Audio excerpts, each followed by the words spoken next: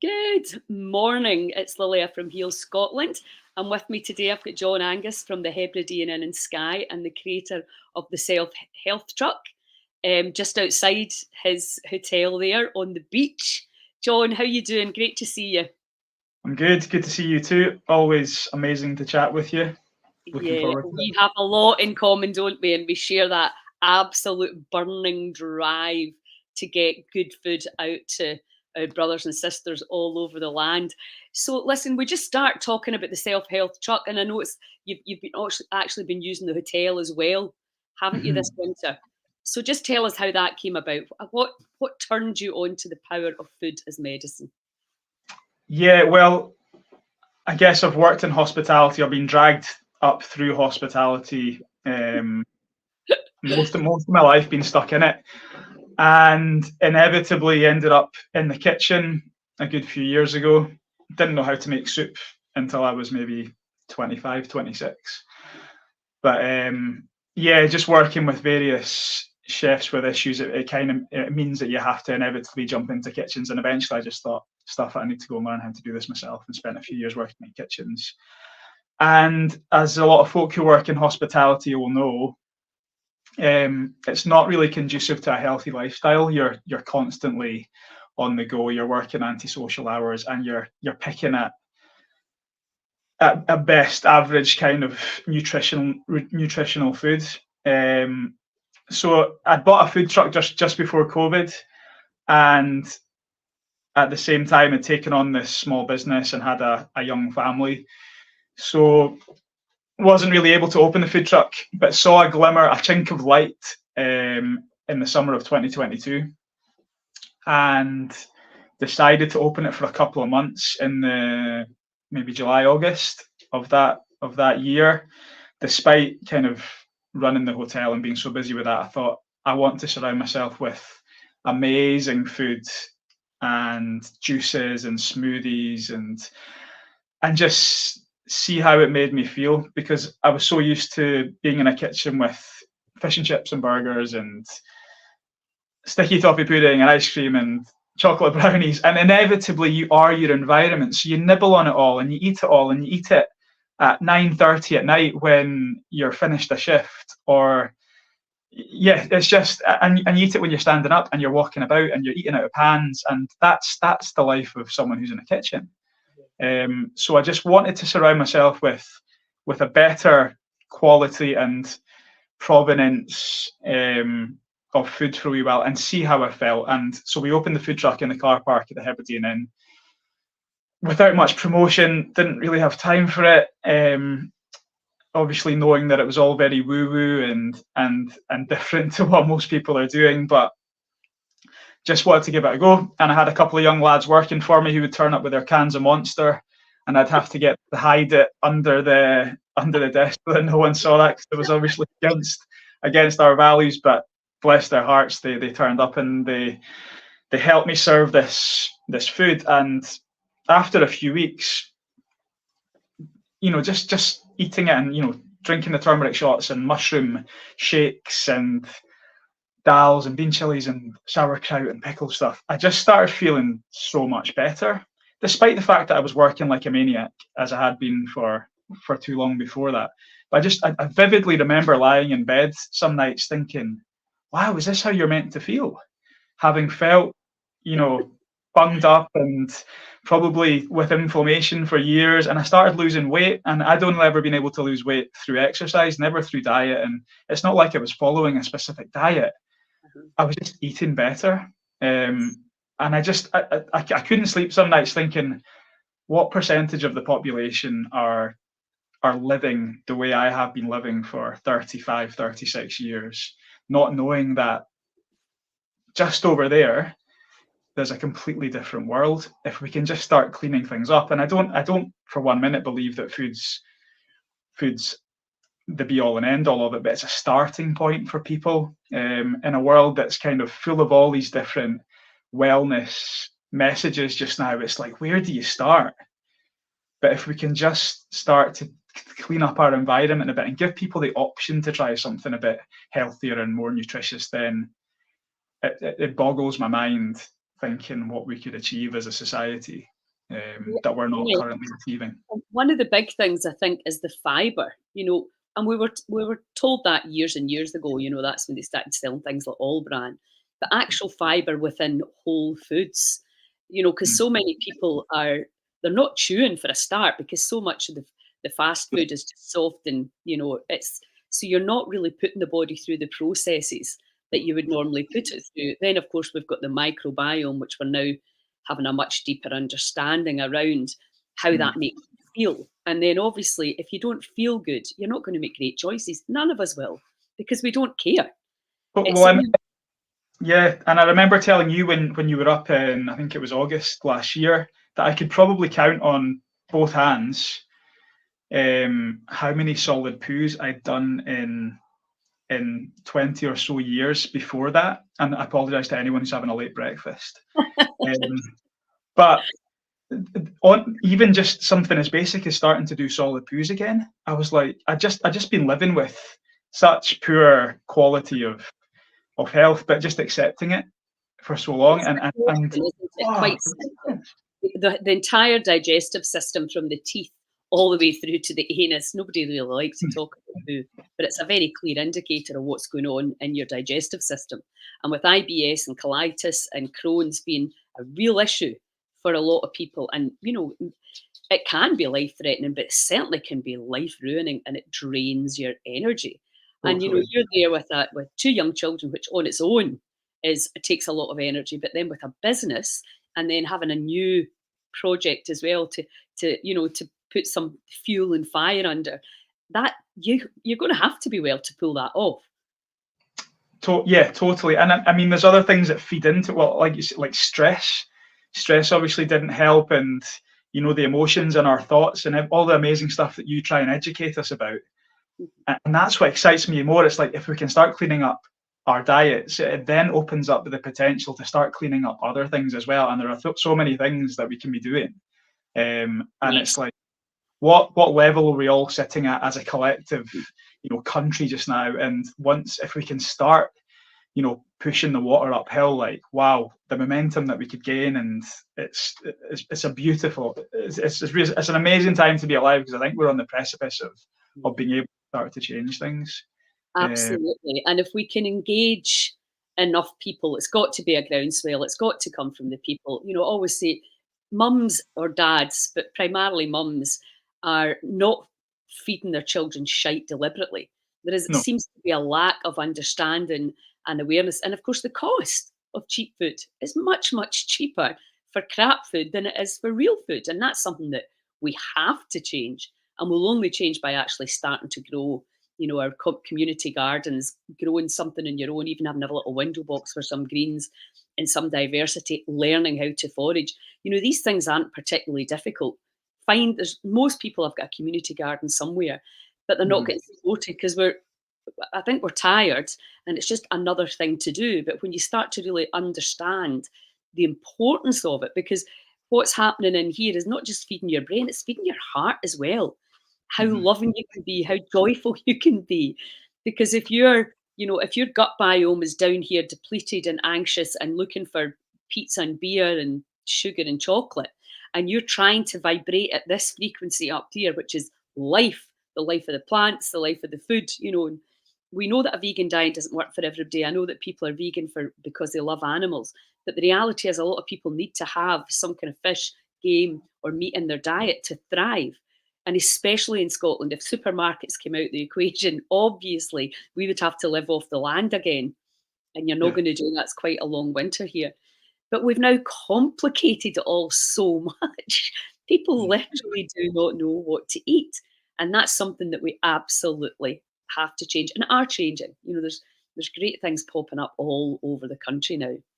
And so let's talk about your health truck, because you had Hillary up last summer.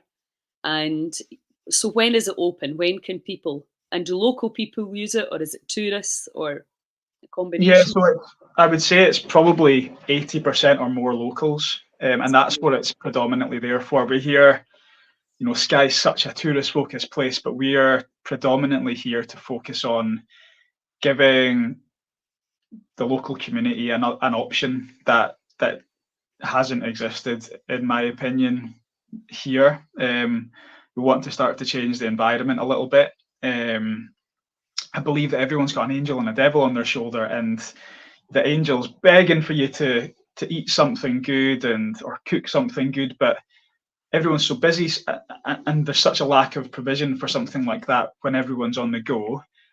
But also the knowledge isn't there for a lot of folk who would love to eat something healthy, but they're not able to put it together in their own kitchen. So as a starting point, we want to be there hopefully 7 days a week as soon as possible, so that on a day when someone's feeling at their best and they want to feel even better, they can come and grab something and sit on an amazing deck beside the sea in Broadford and eat a dal or a bean chili or a venison casserole or a bone broth from the Isle of Lewis or an amazing smoothie. But at the same time, if you're feeling hungover, if you're feeling a bit down, before you go and reach for a fish and chips or a burger, come and shove a bowl of this down your face. And the hunger will disappear, and just see how you feel after it. If you feel a bit lighter than you might have done if you'd filled yourself full of stodge, and not that there's anything wrong with doing that, but all we want to do is give people the opportunity to shift the balance a bit. And the amazing thing is that we can all, and certainly I have been, Hilary came up and worked with me last year, and it was great to have her because she gets it. And she's a sugar addict. I'm a sugar addict. I've grown up on sugar and definitely used it as a crutch. And even leaving work, 9:30, most nights in season, I'd be stopping at the petrol station and shoving a bag of sweets down my neck. And it's almost like your microbiome gets used to that, and it starts pulling you towards that petrol station on the way home. And I would know exactly when I'd be finished that bag of sweets by on the 25-minute drive home. Yeah. But at the same time, you can flip that, and if you can get this good stuff down, you start craving the good stuff, and all of a sudden you can look at sugary items and processed items in the co-op that before your body's like, it's like a magnet pulling you towards it. That personally disappears, and I've heard many other folk talk about that, and you start craving the good stuff. And that's, like, for me, that's so exciting, because that's only a couple of weeks away for a lot of folk. Absolutely. And if we can make the good stuff available, the hope is that people will come and start giving it a go. And the great thing for me, and the thing that gives me so much confidence with continuing this, is that it's a trickle, it's a steady flow, but more locals are starting to engage with it and consistently engaging with it. And for me, it's a forever thing. It's not something that we can expect to turn straight away. But I've got, like you mentioned, I've got two little girls, a 3-year-old and a 4.5-year-old, and all of the information is out there about what's good for us and what's not good for us. And more fool me, more fool us, if we don't act upon it now for them. So I want to look them in the eyes when they're 25 and say, I gave it a shot, and hopefully the evidence will still be there, because this kind of stuff will be available everywhere, and they'll be able to grow up with at least a choice, and hopefully actually just in a different environment to what existed during my upbringing and currently still exists. Yeah, we were talking about at the weekend, somebody was telling me about a book and how that we can be the good ancestors, because at some point in the future we will be the ancestors. And what did we leave behind? Because a lot of our ancestors, there was a lot of pain and trauma and suffering and war. And can we be the ones to break this, to let the generations to come live in a much healthier, happier world, given the state we have? I think I was a bit naive in understanding that a lot of people still are not aware that food is medicine. And that in my world is just, it's quite hard to believe that anybody doesn't know that. But I know for a fact, my friend was at the oncologist last week, and she told her that food has got nothing to do with healing. An oncologist told my friend with cancer. And you're just like, I mean, that stuns me. But clearly, she's not being bad. She clearly does not know or understand the power of plants. So I think that there's a message from the Heal Scotland perspective and from obviously from Self-Heal, because we're all doing the same stuff, which is to really train people and teach them about the power of the plants. It's all there. Where do you think the medicines come from? They come from the plants and the trees. So, but in their own natural form, they do no harm. The body recognizes that information. A lot of the synthetic stuff, the body quite simply doesn't recognize. So Yeah. you forget when you're in the world that I live in, which is all about natural healing, that some people are still not aware of the power of food to heal them. And I always say there's two diets, because a healthy digestive system can cope with a lot of stuff. But if you've got a terminal or an incurable prognosis, then you need to get on your diet and you need to treat it like you would treat any other medicine, seriously and daily. You have to take it, and that's what you have to do until you get back into equilibrium, homeostasis again, and then you can go back onto the maintenance diet. But the big problem now is we're not talking about people having the odd dessert. It's just like every single day there's fizzy juice and sugar and white flour, and we know from ultra processed people, they have deliberately, as the tobacco companies did, as the alcohol companies did, an addict is a customer for life. So when they get the bliss point of sugar, salt, and fat, your brain, and you get the dopamine, and it's like, whoa, what is that? And then you want more, like you say. And then when you feed the microbiome, that's what you crave. And you can actually, exactly like the withdrawal from nicotine, the actual physical withdrawal can go in a few short days. And they know that they can change the microbiome in a week. As you say, it's not far away. But then it's maintenance. So anybody can be all excited and go, right, I'm going to do it. I'm definitely going to do it. Like you would with a diet, I'm going to lose weight. I'm going to feel great. But it's this maintenance, and again, I think we've complicated that as well. You don't need to have, 4 kilos of salad a day. A few leaves, that you could probably get in your garden if you're lucky enough to have a garden, and a few spices, some nice herbs, and that's your diversity right there. And you can still have a piece of fish and some, there's so many delicious ways to do it. But I think it's just the whole food idea where God, the universe, whatever you call the Mother Earth, that provides us, with all the foods, eat it the way it was given to us rather than breaking it down, colouring it, seasoning it with stuff that, and genetically modifying it and then selling it back to us for a profit. I mean, it's just madness. No, a couple of things that you mentioned there. I think we are Heal Scotland and Self. We are here to educate folk for sure. I think we're also here to enable them to start thinking about educating themselves.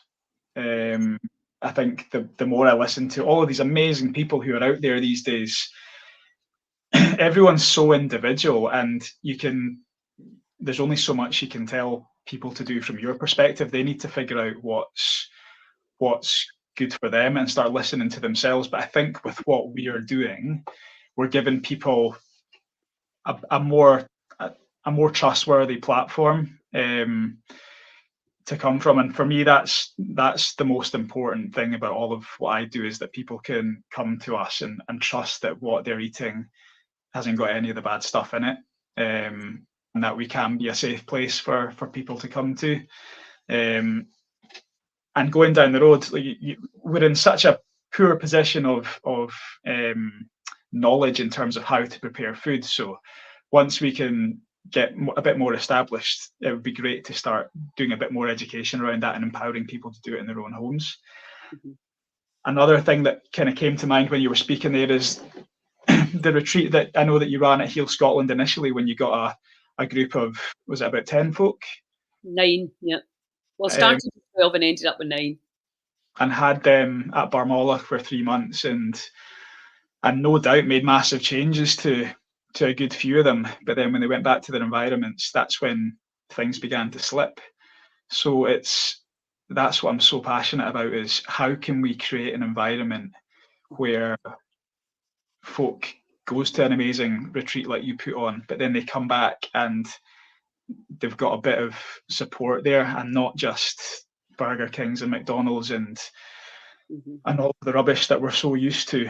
And actually, something that tiny little thing that I've got going here, can we start to see other communities want something like that in their community and come here and almost create a foundation and a pack that they can take away with them and replicate in their community? Because it's not hard at all. If I can do it, anyone can do it. But if we can start seeing at least the provision of this kind of stuff pop up in a few different places, and if you're on your holidays in Ullapool, you know that you can still eat as well as you've been eating in Loch Gilphead. Or if you're in Stonehaven or something, it's like this stuff's so easy, and if we can make it accessible in a few different places, then so exciting. But I think that's all about changing the environment and making it possible for people to go and heal short term but maintain it long term. I mean, to me, it's incredible that your government, who claim to be all the things that they claim to be, allow the poison to be sold to people, and all this, no farms, no food, the big movement that's going all over Europe, as they try to take our land and farms and feed us some genetically modified in a lab stuff. I mean, who thinks that's a good idea? And what kind of government would ever support that? Especially in Scotland, we have our indigenous food is the best in the world. In terms of oily fish and brain food, we have salmon, mackerel, trout, herring, some of the best brain food in the world. We have gooseberries, raspberries, brambles that grow wild in the summer. They've chopped a lot of them down, but certainly let the land do it. It will provide seasonally as you need it. Our root vegetables, which can last us throughout the winter, we have everything we need, and all the other things that we do, pickling and jams, etc. To keep our stocks going through the winter. And we have a lot of animals in our land because we've not quite managed to cut down all the forests like they have in other areas. And I think you've not met the girls from Lynbrett Croft yet, have you? No, no. Hopefully soon. You need to go and see them. They're incredible what they're doing, because it's just when you look at what they're doing and you're just like, we actually just need to manage it. And Mother Earth does it all for us. And it's like, we've just complicated it because of greed and power. People wanting way more than they need, wanting way more money. And I don't know if you heard the talk on community wealth building last year at the festival. And we know intrinsically that poverty and poor health go hand in hand. And when you take people out of poverty, their health comes up almost at the same rate. And then there's a plateau of having enough. And then what happens is the more money you get, that your health goes down. So then, because there's all the managing of that and the fear and all of that sort of stuff. So which is really, really interesting, I think, because what we want to do is get people to having enough. And we know, we know that can be a mindset as well, because, it's that whole teach the people how to fish rather than, obviously sometimes you have to give them the fish until they learn how to fish. But it's actually what we are talking about is teaching people, giving them the information around what it can do for your digestive system, therefore your emotional health, your physical health, your spiritual health, if you're interested in that. And then obviously how that filters out into your family, to your kids, to your parents, how much nicer you are to be around because you feel better. Yeah. And how we can manage that, because all of us really, it's not rocket science, we just want some peace, bit of fun, bit of singing and dancing. Yeah, no, definitely. I've got a meeting with Kate Forbes, who's our local MSP, at the beginning of March, and I've not got much hope that much will come from it. She does have a newborn though, so I'm hopeful that'll have given her a different perspective on how important something like this is. But yeah, I don't think any change is going to come from the top. It's going to come from us at grassroots level. Yeah, there was something else in my mind there. I can't remember exactly what it was. In terms of like you mentioned foraging and stuff there. One of the most interesting things I heard about at the Heal Scotland Festival last year in Tarbert was the lady who was talking about foraging and how after the Second World War it almost became frowned upon, because if you were foraging you were seen to be poor, and why were you not eating the spam and the angel delight that everyone else was eating? But yeah, it does seem to be coming back in now. Unfortunately, certainly in Skye, it's something that's more prevalent in the high-end restaurants, and only the 2 or 3% of the population who can afford to go to these places are able to experience it. But last year we were working with an amazing local forager who was bringing us a good bit of stuff to the food truck, and we're using it as garnishes. But that's something that we'll 100% build upon this year, because we want the local everybody to know what's in season when, and to start associating what's at our humble little food truck that is as affordable as possible, that they're starting to see things that they've never heard of, but actually they probably grow in their back garden, or the forest that's right beside them, and that locals and kids can start building that permanent association with what's in season when. And like you say, most countries in this world would bite our right hand off to be given the lush nature that we live in. We are so fortunate. The amount of water, and like you say, the abundance of our seas, and the amount of land that we've got. It's insane that we don't start to use more of it to our own benefit. And the seaweed, it's just, and it's tastes so goddamn good. Yeah. That was the one other thing that was in my head, was that the government probably aren't coming to save us, and there's a lot of problems out there, but Buckminster Fuller, who Zach Bush, our common love, talks about how there's clearly so many problems everywhere, and you can start to try and whack-a-mole, he calls it, try and hit all these problems, but then another one keeps popping up, or you can just become what you think the future should look like. And that's what makes me so driven and so determined to do this, is just to create a tiny wee space here in Broadford on the Isle of Skye, but a space that what I think the future should look like, and hopefully start to drag people along with it, and that they can start to feel the improvements in their own health that I've felt through doing this. And what excites me is that I've not even been doing it 100%. It's because I've been busy and being a dad. It's the tip of the iceberg. So I get so excited to think about what's to come. What's possible, yeah. So let's talk about Broadford and Skye, which is where we're having one of our festivals this year. And I'm so excited because I love your space. I think it's absolutely perfect. And obviously the truck and the beach right in front of you there. You have a phenomenal village hall, don't you? It's huge. So we're going to have an absolute extravaganza. And we're also going to have a banquet on the Saturday night. Yeah. Entertainment. It's like we've got comedy, we've got great music, we've got the Wim Hof instructors coming up. We're going to have loads of different variety. I can't even remember off the top of my head all the other incredible things that are coming to Skye. So we're super, super excited to have that there, because I honestly think it's one of the most beautiful places on earth. It's jaw-dropping. And up where you live especially, you're just like, ugh. Even the drive there, it's just incredible land. No, we're so blessed to live here, although it can be pretty brutal at times weather-wise. It's felt like quite a long winter. But yeah, we're blessed to live here, and there's a lot of great people here as well who are going to contribute towards the festival, and it's going to be great to bring them all together within the same space, because I feel like there's a lot of people everywhere doing their own little thing and all going in a similar direction, but individually. Yeah. And the one thing that I'm hoping that starts to evolve from all this great stuff that Heal Scotland's doing is that there can be more cohesive and together thinking, and hopefully these amazing festivals will pull us all towards that more. And and start to create this kind of cultural change that it's definitely coming. It's just a case of when, not if.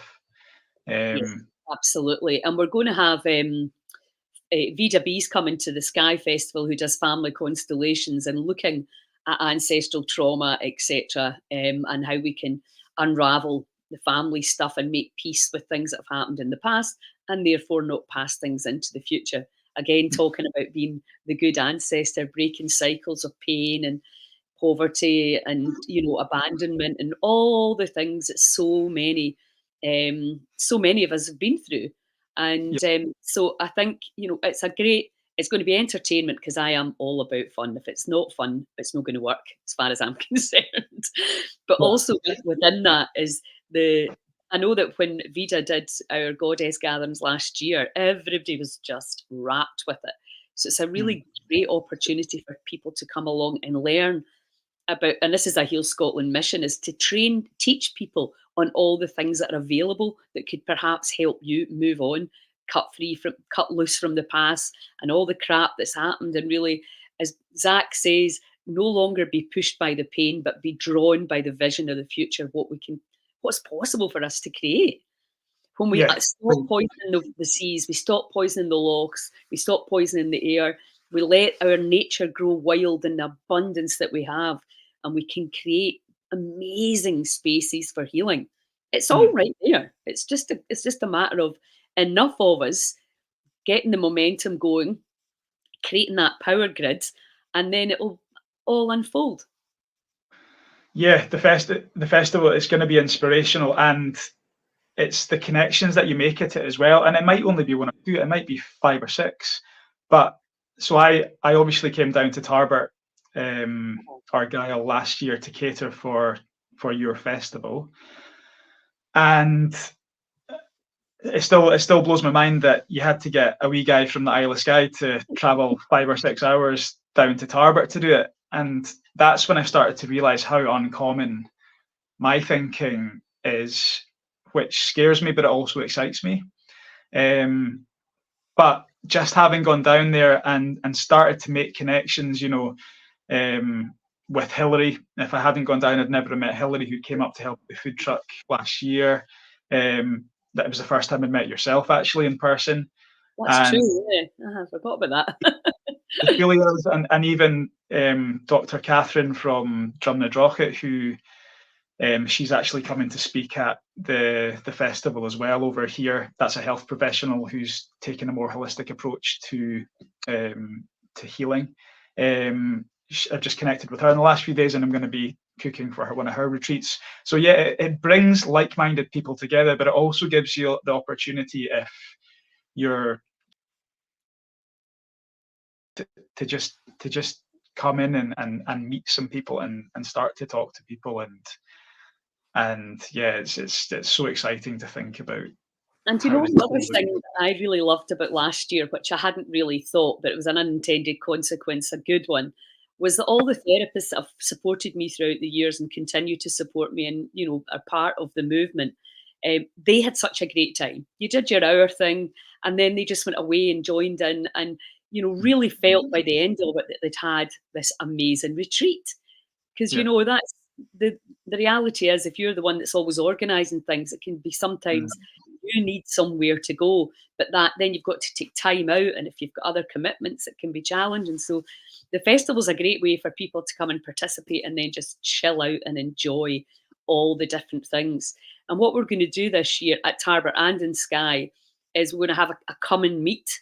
I'm not exactly sure how it's going to look there because I've been given an idea that I quite like, where people can come and meet a homeopath, come and meet Heartworks, come and meet a biofeedback therapist, come and meet a naturopath, come and meet a herbalist, so that if you ever get a diagnosis, then you know all the different things that you can do already, so you're not kind of overwhelmed with fear and confusion as to what you can do. So you can almost create your own wellness plan in advance.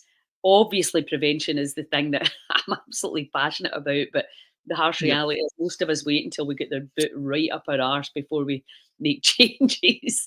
But it would be really great. I'd put a post up last week about how can we make the healing journey fun. Well, the only way I see we can do that is if we all do it together, or certainly a big chunk of us do it together. And then Yeah. you're not isolated away from the flock trying to do all the things to heal yourself while everybody else is eating processed foods.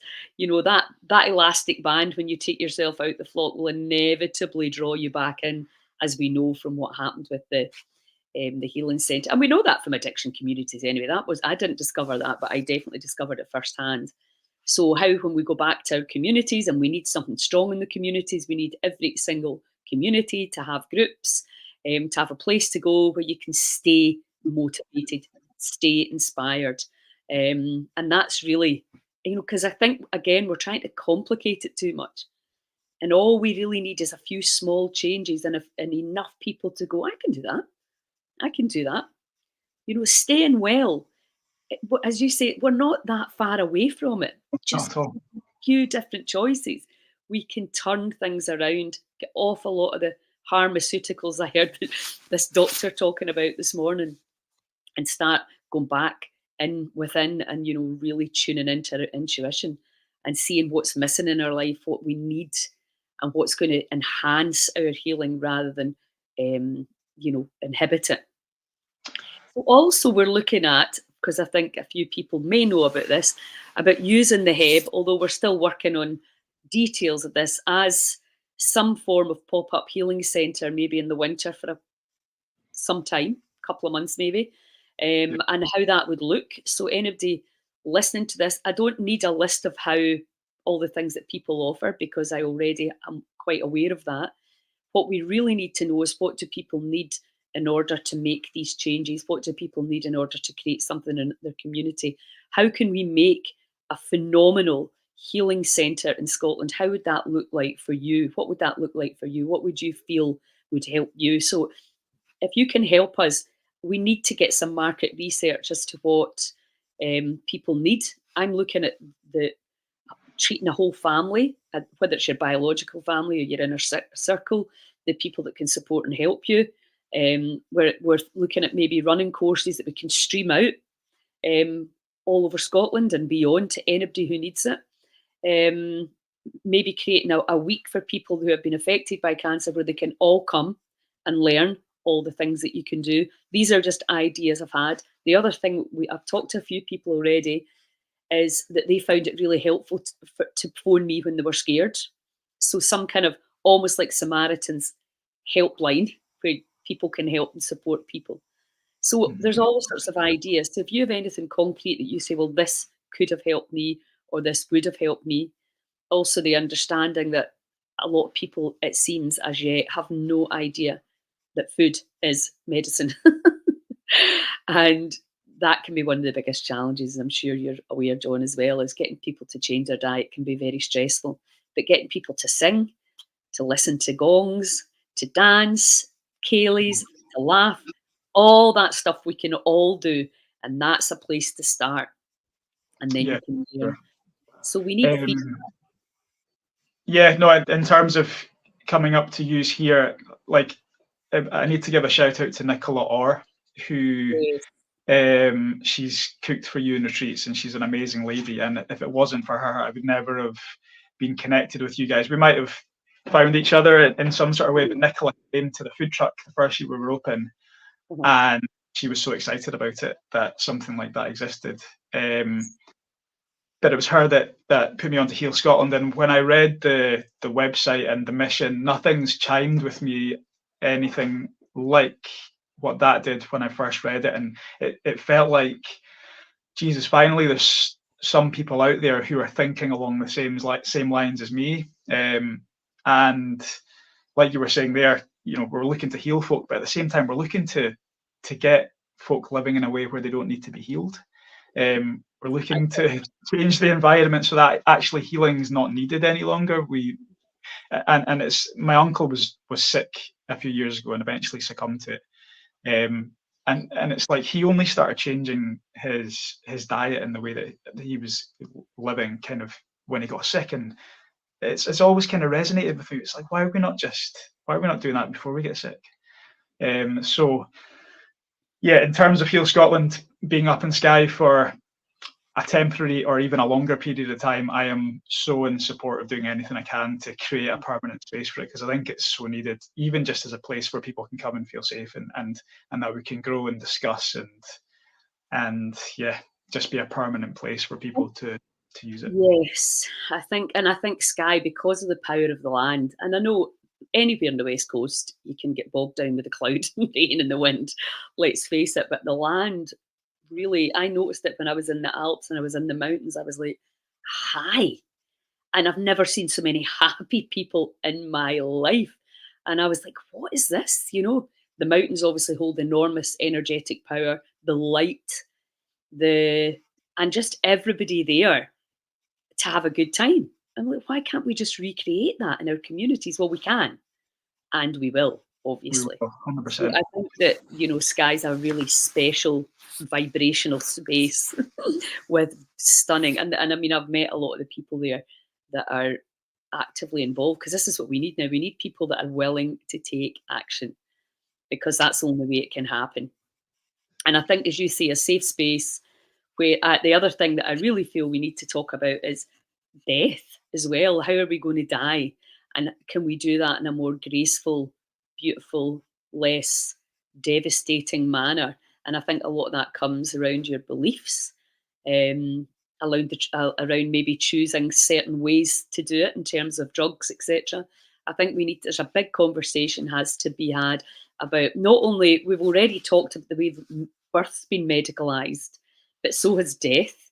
And when we cross that, my beliefs, the veil, that you want to arrive there, with some level of wow, yeah. Yeah, so there's a lady here in the village who we've just started collaborating with, Jo Royal, who she's got a death cafe happening on the 2nd of March up here. It's the first time I'd ever heard of that concept, but it sounds great. So just discussions around that, and yeah, I think us all being more aware of it's only going to improve your day, and make you live a bit more, I think. Well, also, Yeah. our fear of death is how we get controlled, and our fear of death, ironically, can inhibit the healing process. So Yeah. we really all need to start making friends with this thing we call death, because it's the one thing that we definitely know that we're sure of, for sure. So listen, I think we better stop now, because we could be on here all day, you and I, talking about this. Yeah. So we'll, yeah, the festival, obviously, there's lots of different places to stay, but obviously Skye gets booked up really, really quickly. So if you want to come to the festival, get on there, get your early bird ticket and get some accommodation. Or there's a campsite as well, isn't there? Yeah. Yeah, so any budget, you'll manage to find something. And if you're in Skye, find the Hebridean Inn and the self-help truck in Broadford. It's just on the right-hand side on the beach, and you'll see it as you're driving through if you're coming over the bridge. How many miles are you from the bridge? About 5 or 6 miles. Yeah, we're in the Hebridean Inn, reopen next. We've been closed for a couple of weeks just to reorganise for the season. Reopen on Monday to Friday from next Monday, and then the food truck will get out there from mid to late March, and that'll be open all year, having only been open for a couple of months Yeah. before that. Brilliant. And also, I'm pretty sure there's a list of accommodation providers for the festival on Yes, on the our website. site. So Yeah. there's hostels, and there's a few other options on there as well for folk to check out. Well, listen, thank you so much for your passion. And because I need other passionate people that see it, because sometimes you can go, so it really, really, really helps me to talk to you, and your generosity with all the things that you're offering to Heal Scotland and to this mission to turn our health trajectory around. It's really, really heartwarming, and it really is so desperately needed at this time. So thanks so much, John. I'll let you get back to business, because I know you've got a million things to do, and I will see you really soon. Yeah, cheers, Lilia.